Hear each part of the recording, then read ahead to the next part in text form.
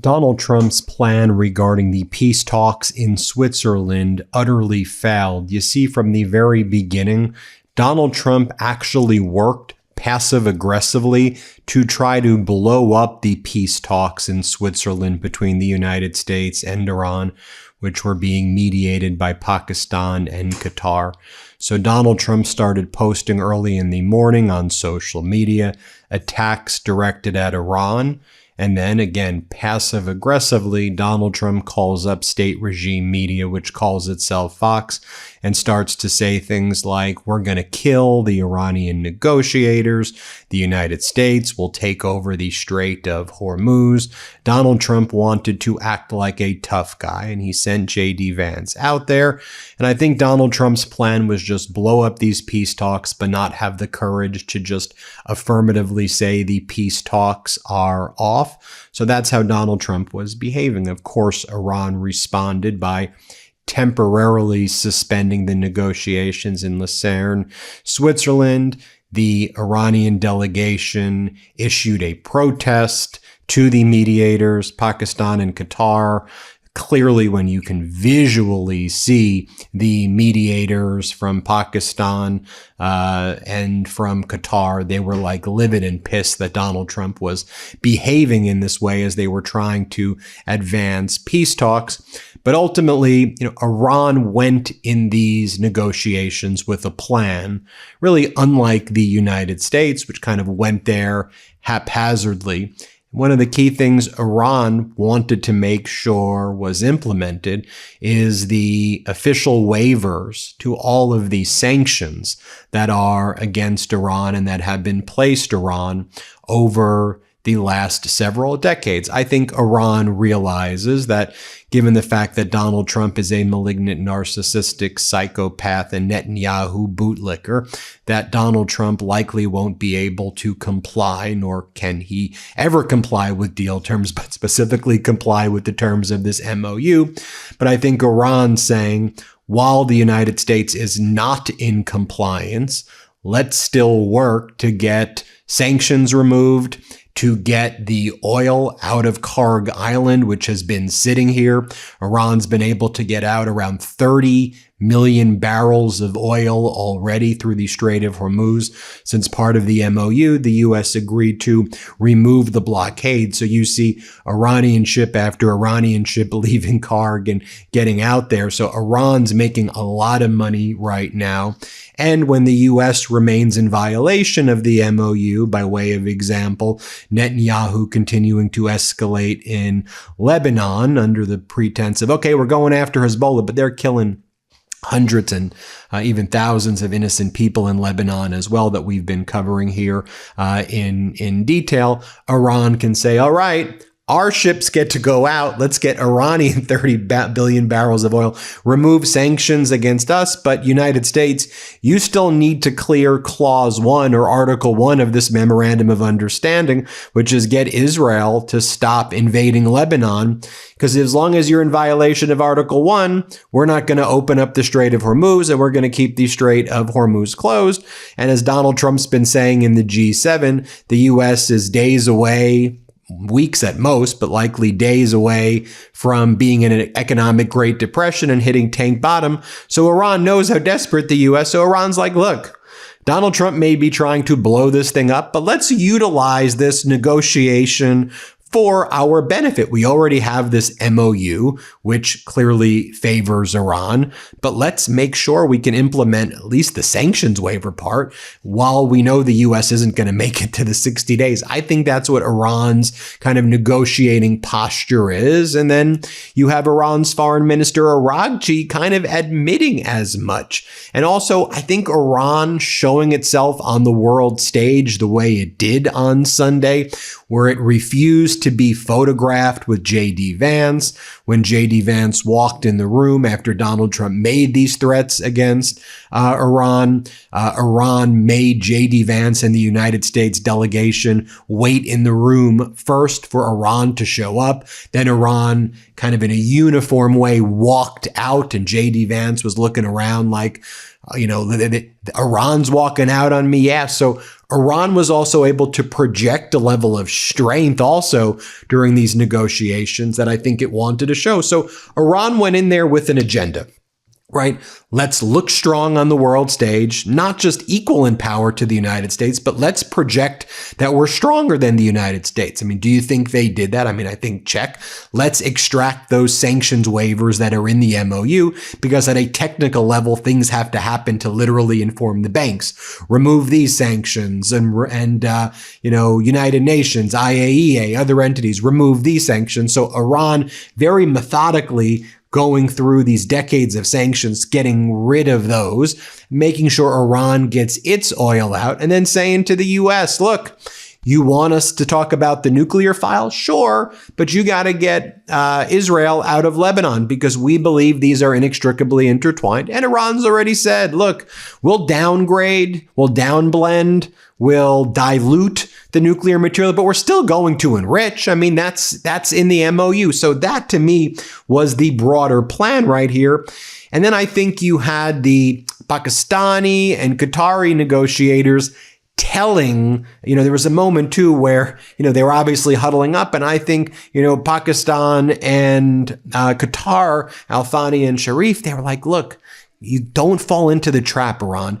You know that Netanyahu, the neocons, Mossad, the Israeli interests in the United States, they want this to fail. Like, the objective is to blow up these peace talks. So yes, lodge your protest, walk out, but then come back, because if you truly walk out and you don't come back, the only people who are going to win here this is what Netanyahu wants. This is Netanyahu's plan with the MAGA influencers and Mark Levin and Marco Rubio. This is don't fall into the trap.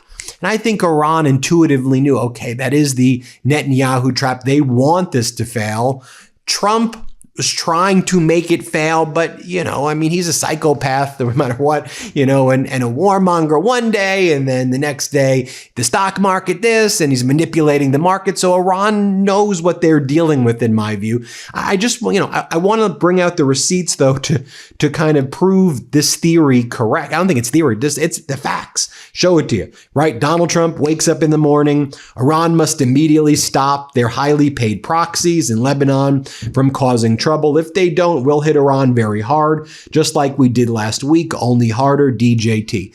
Now, we know that Lindsey Graham has been hanging out with Donald Trump over the past few days. Lindsey Graham went on the morning shows and said that he was with Donald Trump. We think this deal is going to fail. Then we'll take over the Strait of Hormuz and we'll put tolls against Iran. To me, all of that right there is coming from Netanyahu as well. Iran lodges its protests. They walk out. Lots of people say, I guess the mediation in Lucerne in Switzerland is over. It's not. Iran then comes back. And then I think they realize, got it. We made our point. We're in the driver's seat of these negotiations. Let's extract benefits. Let's get things. So Iran comes back. MB Ghalibaf, Iran's parliament leader, puts out the statement. Don't they think to themselves that if their threats had any result, they wouldn't have reached today's desperation? We do not take the American threats into account at all. It would be better for them to watch their statements carefully. Our armed forces are ready to respond to them in a different way. No matter how much they talk, it is we who act. He says that. Trump goes silent. Trump was before that. Donald Trump was calling Fox and saying, we're going to kill him. Watch your mouth, all of these things. Iran says that. They show they'll stand up to the United States. But look who Iran had in the room. This is why I'm telling you what Iran's goal was. They know the U.S. isn't going to make it to the 60 days, but Iran's like, let's use these 60 days to get all the sanctions removed, to get our tanks out, to get our tankers out. Let's get everything we can right now. The CEO, because think about the decades of sanctions that prevented them from doing this stuff. The CEO of Iran's national oil company was in Switzerland, and he said, since last Monday, our ships have passed 25 million barrels of oil through the previous U.S. blockade line. And now it's probably over 30 million barrels. Iran's various social media accounts put out statements like this. Sorry, we have not traveled all this way to take photos with American war criminals. And they refused to take photos with J.D. Vance. And you had like J.D. Vance in the U.S. there wanting to get photos with Iran. And Iran was like, look, we'll negotiate with you behind the scenes, but no photo ops, please. No photo ops. And Iran was using that to their advantage for their audience at home and to the Middle East to project strength against the United States, previously the world superpower. Then you have Iran's foreign minister who talks about the negotiating plan. And the negotiating plan for Iran was simple. We're focused on Article 13 today. Article 13 says that before we get to a final deal, the U.S. must basically prove itself by ensuring that Article 1, 4, 5, 10, and 11 are complied with. Trump has to pass these tests. And these tests involve removing all of the sanctions against Iran, making sure Israel leaves Lebanon, not threatening us, removing the blockade. So Iran's like, these things need to happen first, prove yourself, and then we'll get to the point where we'll talk about the nuclear file. But when Iran says we'll talk about the nuclear file, what they're referring to is just downblending, diluting, still enriching, but basically what the JCPOA had. So, you have late at night going into the early hours of the morning. You see Iran's delegation in this hotel in Switzerland. You have J.D. Vance, Al-Thani, and Jared Kushner. I mean, they look like, as a lawyer. So this reminds me of a scene when I was like working as a third-year associate at a law firm. This is what this reminds me of over here. But you have that image of them together working through these, statements. You have the MAGA influencers who are, seemingly, spewing Netanyahu and Israeli talking points here, are out there kind of with the same message. J.D. Vance is busy getting embarrassed. This was a humiliation ritual for J.D. Vance. Look how Qatar's prime minister snubs Vance. I can't believe Vance is getting humiliated this way. Watch J.D. Vance humiliate himself. You all know, look, I'm no fan of J.D. Vance. I think that would be putting it lightly. I despise the guy. I think that he also has no real identity. He shapeshifts, and I think he's a horrible person who's caused so much damage to our country. But these attacks on J.D. Vance seem more attacks, and I'll talk about this in the next video. I'll do more attacks on the overall peace process to try to blow it up, because that seemed to be coordinated with, at the same time, you have Israel's defense minister, Israel Katz. We will never remove the idea of soldiers from Lebanon. We will not follow the ceasefire. We will never withdraw, Netanyahu. As long as we need to protect our people, we will remain in the security zone. The reason is perfectly understood. No country would be asked to do otherwise. Israel's national security minister, Ben Gvir. Lebanon, all Lebanon should become our target, our playground. And they tell me, wait, there is Lebanon and there is Hezbollah. No, I do not accept this artificial approach, right? So you have Israel pushing that message. The message was escalate the rhetoric, derail the process and the prospect of peace right there. And then for the coup de grace, what Donald Trump wanted to do also, and this was part of the plan that backfired, Donald Trump said, you know what? We're going to pass the Hezbollah file, or like going after Hezbollah, to Syria's president, Ahmed al-Shara. Now, Ahmed al-Shara used to be an al-Qaeda fighter. He was obviously embroiled in the Syrian civil war on the side that ultimately toppled Assad. And part of the civil war, Hezbollah was basically fighting Ahmed al-Shara's side of it. And so Donald Trump believes, I'm going to go get Ahmed al-Shara of Syria, have him replace Netanyahu, and Shara will be my guy to go and invade Lebanon and I'll have Syria invade Lebanon and attack Hezbollah. We know that because the Fox host this morning said that Donald Trump called me. He's talking about empowering the Syrian president to actually go into southern Lebanon and fight Hezbollah. Now, the Syrian president, Ahmed al-Shara, he actually gave a very dignified and responsible interview. I mean, and here's what he said. We have enough courage that if we wanted to enter a conflict of war, we would say so openly in Syria. We intend nothing but good for our people in Lebanon, and we wish them nothing but a happy life. Syria's role is purely a positive one, defined by Lebanese and Syrian interests over the coming years. Many wars that stumble or fail to achieve their full objective and results end with both sides celebrating victory. In my view, all parties lose in futile wars. From the very beginning, this war contained many mistakes, referring to Trump's invasion of Iran, whether in its objectives or in its foundation and formation. We never encouraged it. On the contrary, we worked to prevent it and to keep negotiations alive because the region has paid a heavy price for wars. Why is Lebanon always forced to choose between civil war and an Israeli war? Why can't there not be a third option? Let us search for a third option and reach an agreement with Lebanon to move beyond the current crisis into a stable environment, especially now that the Syrian situation, which for years was a major pressure on Lebanese politics, has changed completely. I believe that Hezbollah's decision to enter the Syrian conflict was wrong, and I believe that everyone realizes this, including the party's own constituency and even its leaders. Many perceptions can be mistaken and lead people to make wrong decisions, but entire nations end up paying the price.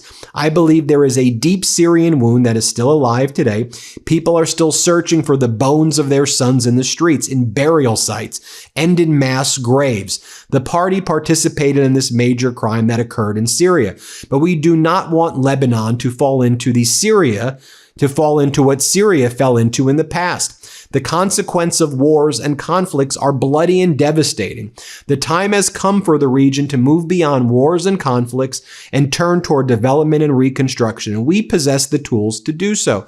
So we're trying to build economic links, not military ones with Lebanon. Historically, Beirut has been a maritime gateway of Damascus, and Tripoli has been the maritime gateway of Homs. Syria is now becoming a strategic regional and international hub, linking east and west. The Mediterranean coast has become extremely important for trade, supply chains, logistics, and Lebanon should benefit from this reality. We have already tried the military path and witnessed its disasters and tragedies. Let us try the economic path instead. We have a deep problem with Hezbollah, but we do not want all of Lebanon to die. We want to solve the problem of Hezbollah while keeping Lebanon alive. If the need arises for us to sit with Hezbollah, I believe in dialogue, yes. Even between opposing parties, dialogue should remain open and continue even during war and conflict because the alternative is war. Today, the situation in Lebanon requires joint solutions, and it is entirely possible to rely on Syria in the search for security path toward a solution. But this does not mean war, nor does it mean a return to the previous image of Syrian tutelage during the former regime era in Lebanon. Rather, it means supporting the Lebanese state, strengthening its institutions, and building channels of communications among the political parties and active forces in Lebanon, including Hezbollah, in search of a security solution that everyone can accept. It's really smart language right there from Syria. And while he was saying that, pay attention to what was going on yesterday as well, where there was a meeting in Cairo, Egypt, where you had Egypt, Turkey, Saudi Arabia, and Pakistani foreign ministers meeting together, calling for the rapid conclusion to the next phases of negotiations in Iran, while stressing that regional concerns must be taken into account. As Babak Fahad, who's a great reporter, says, the message is subtle but significant. The countries that help broker the process are signaling that they expect to have a voice not only in ending the crisis, but also in shaping what comes next. The Cairo meeting that just took place yesterday, while you had the meeting taking place in Switzerland resembles a parallel diplomatic track to the talks underway in Geneva or Lucerne, providing a regional framework of support for the Iran-U.S. negotiations being facilitated by Islamabad and Doha. In other words, those Middle East countries are working together in order to try to effectuate a situation where they will not allow the United States to return to war because they will put a joint position forward. Now, finally, Foreign Minister Araghchi announced success at the negotiation in Switzerland for Iran. This is what they were after, and they achieved goals and objectives for Iran. Here's what Araghchi says. Tireless Pakistani and Qatari mediation has delivered major progress to end the Lebanon war. Oil and petrochem exports are waived, blockade lifted, some frozen assets released, and major reconstruction and development plan launched for Iran. The first real test now, Lebanon deconfliction cell. In other words, getting Israel out of Lebanon and ensuring that there's a real ceasefire in Lebanon. But Iran is saying, we got things out of this as well. And this is what I think Israel was trying to blow up, and they almost did. But Iran's like, no, we're going to negotiate this thing, and we're going to get what we need right now, and let's play this out a little longer.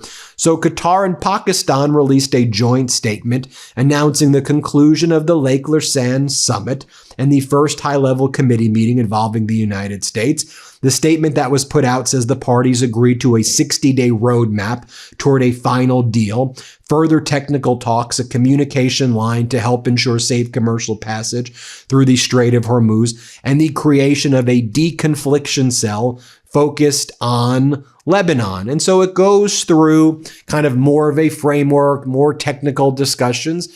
A lot of word salad in this joint statement that was ultimately issued. But if you look at some of the tangible stuff, removing certain sanctions, and which was in the MOU, but at a technical level, the waivers themselves, making sure Iran gets its oil out. And then, which I think could be a benefit generally, just being blunt, is Article 5 of the MOU deals with the other tankers leaving the Strait of Hormuz, creating a mechanism and structure to get other ships out of the Strait of Hormuz, which, again, I despise J.D. Vance and Kushner and all of them. Call me old-fashioned. I want to see peace because I don't want to see more suffering for people of the world, especially in the United States, but throughout the world in general right now. So that's where we are right now. I think the plan to try to blow this thing up failed. I think we'll see this continue to happen, and we'll wake up in the morning and Trump will post something else. I have no doubt about it. But Iran went in with the plan and effectuated the plan. And the question is what's our plan? Is our plan just Donald Trump, doing psycho posts every day? Probably, but. You saw how we looked on the world stage right there, especially relative to Iran. You tell me what you think in the comments. Well, hit subscribe. Let's get to 7 million. Thanks for watching, everyone. We appreciate you. New Meidas merch. Head to store.MeidasTouch.com today and get yourself the best pro-democracy gear and show your support. That's store.MeidasTouch.com.